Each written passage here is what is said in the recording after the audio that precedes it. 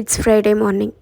குழந்தையெல்லாம் பிறந்துருச்சு அப்படின்னா யார் மேலேயாவது கண்டிப்பாக நம்ம டிபெண்ட்டாக இருக்க வேண்டிய நிலமை இருக்குது. இந்த காலகட்டத்தில் குழந்தைய தனியாக வளர்க்குறது அப்படின்றது சாத்தியமே கிடையாது.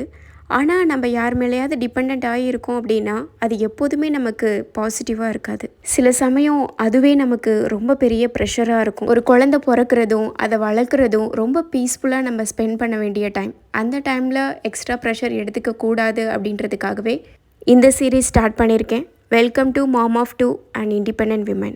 நம்ம குழந்தைய தனியாக வளர்க்குறது அப்படின்றது அவ்வளோ ஈஸி கிடையாது. பட் ஸ்டில் நம்மளால் மேனேஜ் பண்ண முடியும். எப்படி அப்படின்னா, அவங்களோட ஸ்லீப்பிங் பேட்டர்ன்ஸ் அண்ட் எந்த டைமில் அவங்க சாப்பிடுவாங்க அப்படின்றது நமக்கு தெளிவாக தெரிஞ்சிருந்துச்சு அப்படின்னா நம்ம ஒர்க் பண்ணுறது ரொம்ப ஈஸியாக இருக்கும். என்னோட குழந்தையோட ஸ்லீப்பிங் பேட்டர்ன் எப்படி இருக்கும்னு பார்த்தீங்கன்னா, இப்போ ஒரு 10:30க்கு படுக்கிறாங்க அப்படின்னா 11:30க்கு ஷார்ப்பாக எழுந்திரிச்சிருவாங்க. அந்த 1 மணி நேரத்தில் நம்ம என்னென்ன செஞ்சு முடிக்க முடியுமோ அதெல்லாமே செஞ்சு முடிச்சிடணும். அதுக்கப்புறம் என்ன தாலாட்டு பாடினாலும் சரி, எவ்வளோ வீடு அமைதியாக இருந்தாலும் சரி, ஒரு துளி தூக்கம் கூட இருக்காது.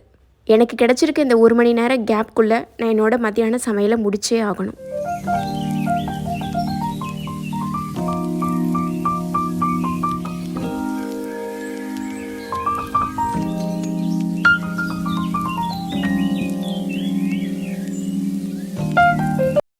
குழந்தை தூங்கினதுக்கப்புறம் நம்ம எந்த வேலையை ஃபஸ்ட்டு செய்ய போகிறோம் அப்படின்றத ப்ரியாரிட்டைஸ் பண்ணி வச்சுக்கோங்க. இன்றைக்கி என்னோட குழந்தை 1 மணி நேரம் தான் தூங்கும். அந்த 1 மணி நேரத்துக்குள்ளே என்னோட ப்ரியாரிட்டி என்னென்னா, கிச்சனை க்ளீன் பண்ணி மத்தியானத்துக்கு சமைச்சு வைக்கணும். முக்கியமாக என்ன நம்ம சமைக்க போகிறோம் அப்படின்றத முன்னாடியே யோசிச்சு வச்சிட்டோம் அப்படின்னா அதில் நம்ம டைம் வேஸ்ட் பண்ண வேண்டிய அவசியம் கிடையாது. இன்றைக்கி மதியம் தக்காளி சாதமும் உருளைக்கிழங்கும் தான் பிளான் பண்ணியிருக்கேன். அதுக்கு ஃபஸ்ட்டு கிச்சனுக்குள்ளே நுழைஞ்சதுமே உருளைக்கிழங்கை நல்லா வேக வச்சு பீல் பண்ணி எடுத்தாச்சு. உருளைக்கிழங்கை குட்டி குட்டி க்யூப்ஸாக கட் பண்ணி அதை வறுக்க போட்டுட்டு, அது வறுபடுற சமயத்தில் பாத்திரத்தெல்லாம் கொஞ்சம் விலக்கி வச்சிட்டோம் அப்படின்னா அப்புறம் மீதி எல்லா வேலையும் முடிச்சுட்டு விளக்குறதுக்கு நமக்கு கொஞ்சம் ஈஸியாக இருக்கும். எப்போதுமே பாத்திரத்தை கொஞ்சம் கம்மியாக யூஸ் பண்ணோம் அப்படின்னா நம்ம பாத்திரம் கழுவுற நேரம் ரொம்ப கம்மியாகும். உதாரணத்துக்கு இப்போ பொரியலும் செய்யணும், ரசமும் வைக்கணும் அப்படின்னா ஃபஸ்ட்டு ரசம் வச்சுட்டு அதுக்கப்புறம் பொரியல் செஞ்சோம் அப்படின்னா நமக்கு டைமும் கன்சியூம் ஆகும். அதே சமயத்தில் ஒரே பாத்திரத்துலேயே நம்ம ஈஸியாக முடிச்சிடலாம்.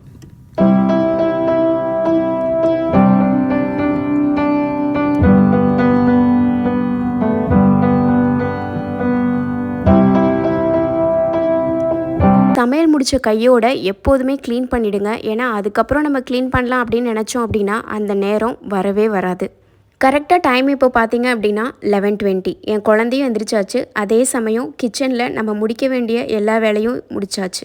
இருந்த பாத்திரம் எல்லாத்தையுமே கழுவி போட்டாச்சு. மத்தியானத்துக்கு தேவையானது எல்லாத்தையுமே சமைச்சு வச்சாச்சு. சுட சுட சாப்பாடு மட்டும் கொஞ்சம் நேரம் கழித்து வச்சுக்கலாம் அப்படின்னு சொல்லிட்டு குக்கரில் ரெடியாக, அதுவும் கேஸ் ஸ்டவ் மேலேயே வச்சாச்சு. ஆன் மட்டும்தான் நம்ம பண்ணணும்.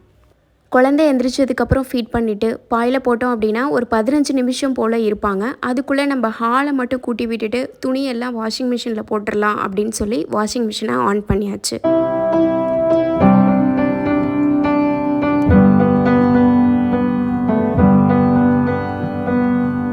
சரியாக மணி ஒரு 12:30 இருக்கும். குழந்தை மறுபடியும் தூங்கினதுக்கப்புறம் சாப்பிட்லாம் அப்படின்னு சொல்லிட்டு சாப்பாடெல்லாம் போட்டுட்டு வந்து குழந்தை பக்கத்துலேயே உட்காந்தாச்சு. ஆனால் பாருங்கள், நம்ம குழந்தைங்களுக்குலாம் அது எப்படி தெரியும்னே தெரியாது. நம்ம அவ்வளோ வேலை பார்ப்போம், அவ்வளோ சத்தம் போடுவோம். அப்போல்லாம் எந்திரிக்காத குழந்தைங்க நம்ம பக்கத்தில் வந்து ரிலாக்ஸ்டாக உட்காரலாம், இல்லை படுக்கலாம் அப்படின்னு நினைக்கும் போது டக்குன்னு எந்திரிச்சிருவாங்க. சில சமயம் எனக்கு அப்படி தான் நடக்கும். சாப்பிட்டுட்டு இருக்கும்போதே எந்திரிச்சு போய் தொட்டில் ஆட்டி விடுற மாதிரி தான் இருக்கும். இந்த மாதிரி விஷயங்கள் நடக்கும்போது தான் நம்ம தனியாக இருக்கிறதுன்றது கொஞ்சம் கஷ்டமாக இருக்கும். But still that's okay.